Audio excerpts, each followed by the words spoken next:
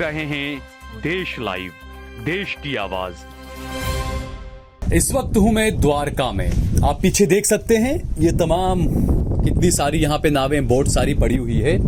कुछ है जो किनारे पर है और कुछ बोट्स हैं जो आप देख सकते हैं इसे बीच में पानी में है। मैं अपने कैमरामैन से कहूंगा जरा जूम कर बताएं कि पानी के अंदर भी कितनी बोट्स हैं। अब ये पानी में ऐसे ही खड़ी हुई है ये बोट्स। कुछ 3-4 दिन से लगातार ये चल रहा है कि पोरबंदर और द्वारका के बीच में कई जगहें, हर्षद है, नावद्रा है, भोगार है, इन जगहों पर बड़े पैमाने पर डिमोलिशन किया गया। अतिक्रमण के नाम पर तकरीबन 5000 मुसलमानों को बेघर कर दिया गया और अलग अलग कई तरह के आरोप लगे इसमें। और हैरानी की बात तो यह है कि जब बात आती है अतिक्रमण हटाने की, अगर ये लोग अतिक्रमण में थे तो कई लोग इनमें से ज्यादातर ऐसे हैं जो तकरीबन 80 से 90 साल से वहां पर रह रहे हैं। कई लोग ऐसे हैं जो 150 सालों से वहां पर रह रहे हैं। उनके मकानों पर बुलडोजर चला दिए गए। अलग अलग 3 जगहें, कहीं पर 250 मकानों पर बुलडोजर चले, कहीं पर 150 मकान पर, कहीं पर 100 मकान पर, 80 मकान पर, इस तरह के तमाम बुलडोजर चला दिए गए। ऐसे में कुछ वीडियो हर्षद के आए जहां हमने देखा कि मस्जिदों को शहीद किया गया, दरगाहों को शहीद किया गया, लेकिन इन वीडियो में साफ नजर आया कि जो मंदिर थे वो ऐसे के ऐसे बचे हुए हैं, मंदिर को नहीं छेड़ा गया। वो मंदिर नए थे, पुराने थे। इन तमाम चीजों से ये साफ होता है कि मंशा क्या है, किसने अर्जी दी थी, क्या चीजें हुई। और इसमें अहम रोल गोदी मीडिया का, कि गोदी मीडिया कुछ खबरें दिखा रहा था जिसमें यह बता रहा था कि देखिए ये बिल्डिंग जो तोड़ी जा रही है, ये बंगलो, ये कोठी, ये किसी ड्रग्स पैडलर की है, ड्रग्स डीलर की कोठी है, जबकि वो ड्रग्स डीलर की कोठी नहीं थी। ड्रग्स का मामला हमने देखा कि अदानी पोर्ट से जो ड्रग्स पकड़ा गया, हजारों करोड़ रुपए का ड्रग्स वहां से पकड़ा, लेकिन अदानी के मुंद्रा पोर्ट पर, अदानी पोर्ट पर कभी बुलडोजर नहीं पहुंचा। एक कोई व्यक्ति पकड़ा गया, मुस्लिम समाज का था वो, उस पर आरोप लगा दिया गया कि ये ड्रग्स का काम कर रहा था। सिर्फ उसकी एक की वजह से इन सभी पर आरोप लगाया गया कि ये ड्रग्स का काम करते हैं, ड्रग्स पैडलर हैं। और दूसरी एक और बात यह कि एक खारवा समाज है, जो भी मछुआरे हैं, खारवा समाज जो होता है वो हिंदू बिरादरी से हैं। और बाकी जो जगह पर जहां डिमोलेशन किया गया, जहां पर तोड़ा गया, बुलडोजर चलाया गया, वो 99.99% मुसलमानों के मकान थे जो तोड़े गए। खारवा समाज को परमिशन दी गई कि वो मच्छी पकड़ने की और तमाम जो जीटी वगैरह जो बनती है, जो उनकी नावें जब वापस आती है किनारे पर, तो वहां एक जीटी बनी हुई होती है। तमाम नावें वहां पर अंडरग्राउंड में लगा दी जाती है ताकि कभी तूफान आए तो उनकी नावों को नुकसान न हो। लेकिन जितने भी मुस्लिम परिवार हैं, जो मुस्लिम मछुआरे हैं, उनको ये सहूलत नहीं दी गई है। उनकी नावें इस तरीके से ही पड़ी रहती है और जब तूफान आता है तो एक एक नाव इनकी तकरीबन 10-10, 15-15 लाख की छोटी नाव होती है। जैसे मैं जिस नाव में बैठा हूं, ये तकरीबन 10-12 लाख की नाव है। और ऐसी थोड़ी बड़ी नाव होती है वो तकरीबन 45 से 50 लाख की होती है। तो जीटी न होने की वजह से जब तूफान आता है तो इन नावों का भी इनको नुकसान होता है।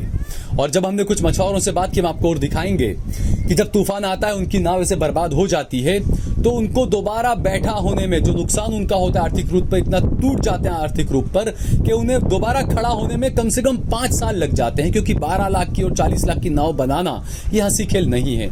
तो आज तक ये जो डिस्क्रिमिनेशन किया जाता है कि खारवा समाज को तमाम सुविधाएं मिलेगी और जो मुसलमान मछुआरे हैं वो इस देश में क्या दोयम दर्जे के हैं, क्या इस वजह से उनको सुविधाएं नहीं मिलती है, ये सवाल हमेशा उठ रहा है। दूसरा, मैंने जो बताया कि यहाँ पर जो नावें जो इतनी सब ये तैर रही है, पड़ी हुई है ऐसी समंदर के अंदर कुछ किनारे के ऊपर, तकरीबन 200 नावें यहाँ पर वो है, ये जो हर्षद है, भोगार है, नावद्रा है, जहाँ पे जो मुसलमानों को बेघर कर दिया गया, तकरीबन 5000 लोगों को बेघर कर दिया गया, उनकी नावों को रखने की और कोई परमिशन नहीं है। दूसरे जो बंदर है जहां पर भी, वहां पर साफ ये है कि आप यहां नाव नहीं रख सकते हैं। तो द्वारका में इस तरीके से आप देखिए, मैं हूं और यहां पर इस तरीके से अपनी नावों को लाकर छोड़ा गया है। तकरीबन 200 नावें यहां पर है। मैं अपने कैमरामैन से कहूंगा कि पीछे दिखाए, कुछ नावें चलकर आगे भी जा रही है, खुद ब खुद पानी में जा रही है। आप देखिए, अब ये 12-12 लाख की नावें हैं। और यहां पर एक और बात यह है कि क्या ये इजराइल की पॉलिसी है? इजराइल का भी यही था कि मुसलमानों को पहले आर्थिक तौर पर तोड़ दिया जाए, और यही वजह है। हमने देखा, मैंने 1 साल पहले, 2 साल पहले मैं आया था और गोसाबारा की एक रिपोर्ट की थी मैंने, एक न्यूज बनाई थी मैंने गोसाबारा की, पोरबंदर की। उसमें यह था कि तकरीबन 200 मछुआरों ने सामूहिक आत्महत्या की परमिशन मांगी थी गुजरात हाईकोर्ट से और कलेक्टर से, और कहा था कि हमें सामूहिक आत्महत्या करने की परमिशन दीजिए, क्योंकि 150 साल से हमारे बाप दादा, हमारे परिवार के लोग, हमारे पूर्वज ये मछुआरे का काम करते आए हैं, हमें परमिशन नहीं मिल रही है। गोसाबारा के जो मछुआरे हैं उनसे कह दिया गया था आप दरिया में नहीं जा सकते, आपको नहीं जाना है। अब बाकी दूसरे जो लोग थे वो जाते थे। तो पहले आर्थिक तौर पर पूरे तरीके से तोड़ा गया और उसके बाद अब मकान सब तोड़ दिए गए। दूसरा मैंने जो बात कही गोदी मीडिया की, अब ये जो हर्षद है वहां से कराची, हर्षद एक जगह का नाम है जहां मकान तोड़े गए, हर्षद से कराची जो है वो तकरीबन 150 से 200 नॉटिकल माइल है। लेकिन गोदी मीडिया ये दिखाता है कि हर्षद से कराची महज 60 नॉटिकल माइल है। और तरह तरह के आरोप लगाए गए, कहा गया मस्जिद के ऊपर, दरगाह के ऊपर जो लाइट लगती है, बल्ब जो लगता है, तो ये भी कहा गया कि ये जो है भाई पाकिस्तान को इशारा करने के लिए लगाया गया है। अब ये जो तमाम चीजें, जो नफरतें फैलाई जा रही है गोदी मीडिया की तरफ से भी, उस बारे में भी भारत के लोगों को देखना चाहिए कि आखिरकार इस देश में क्या हो रहा है, किस तरह की नफरतें हो रही है। दूसरा, जिन लोगों को उजाड़ दिया, जिन 5000 लोगों को बेघर कर दिया गया, तो एक इंसानियत के नाते, और हमें तो वो बयान प्रधानमंत्री का याद आता है जब उन्होंने कहा था कि 2022 तक मैं देश के हर गरीब के सर पर पक्का मकान दे दूंगा, पक्की छत दे दूंगा। जबकि उन्हीं प्रधानमंत्री के गृह राज्य गुजरात के अंदर आज 5000 लोग बेघर पड़े हैं, बिना छत के हैं। उनके मकानों को तोड़ दिए गए, उनके झोंपड़ों को तोड़ दिया गया। तो क्या सरकार इंसानियत के नाते पहले इनका कहीं और पुनर्वास नहीं कर सकती थी? अगर सरकार को ये तमाम इनकी जमीनें कॉरपोरेट्स को देनी है, अब जो भी हो, वो अदानी, अंबानी या जो भी कॉरपोरेट्स हो जिनको भी देनी हो, तो वो दे सरकार, लेकिन कम से कम इन गरीबों का पहले इंतजाम करे, उसके बाद में आप अतिक्रमण हटाते।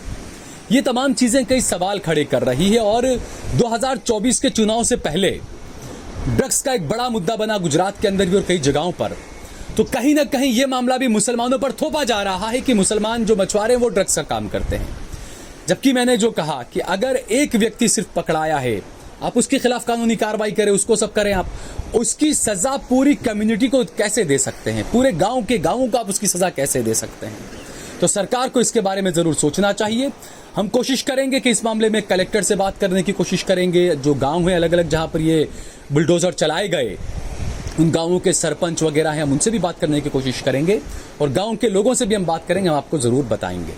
अगर आपको ये वीडियो पसंद आई हो तो इस पर कमेंट करें, इसे लाइक करें, इसे ज्यादा से ज्यादा शेयर करें। अगर आपने हमारा चैनल देश लाइव सब्सक्राइब न किया हो तो जरूर सब्सक्राइब करें। सहल कुरैशी, देश लाइव।